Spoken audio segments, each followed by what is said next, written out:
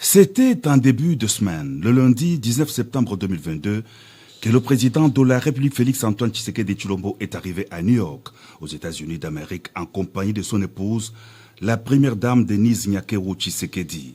Le chef de l'État répondait au rendez-vous de la 77e Assemblée générale de l'Organisation des Nations Unies.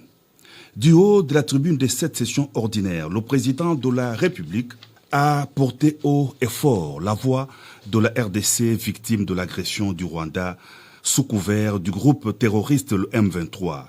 Le chef de l'État a livré tous les éléments censés permettre à l'Organisation des Nations Unies un meilleur décryptage de la situation réelle sur le terrain. Une situation qui procède des effets pervers du terrorisme international dont l'Afrique et la RDC payent un lourd tribut.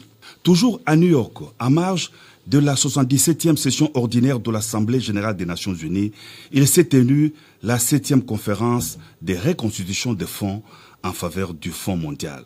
Le président de la République Félix-Antoine Tshisekedi Tshilombo a été l'un des invités de marque aux côtés de ses homologues des États-Unis d'Amérique Joe Biden, de la France Emmanuel Macron, de Justin Trudeau, Premier ministre canadien, de Bill Gates, d'Ursula von der Leyen, présidente de la Commission européenne, et du chancelier allemand Olaf Scholz. Objectif de cette rencontre de haut niveau, la mobilisation par des bailleurs de fonds des ressources financières supplémentaires pour permettre au Fonds mondial d'intensifier la lutte contre le VIH-Sida, la tuberculose, le paludisme, 3 maladies infectieuses qui sévissent à travers le monde, particulièrement en Afrique.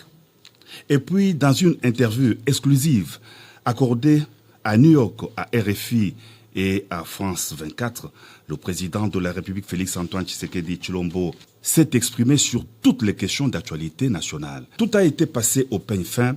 En 25 minutes, le chef de l'État a donné un éclairage à toutes les questions relatives à l'élection présidentielle de 2023, à l'agression de la RDC par le Rwanda, aux arrestations de François Beya et du général Philémon Yav, au conflit Tekeyaka et au bilan à mi-parcours du quinquennat du président de la République.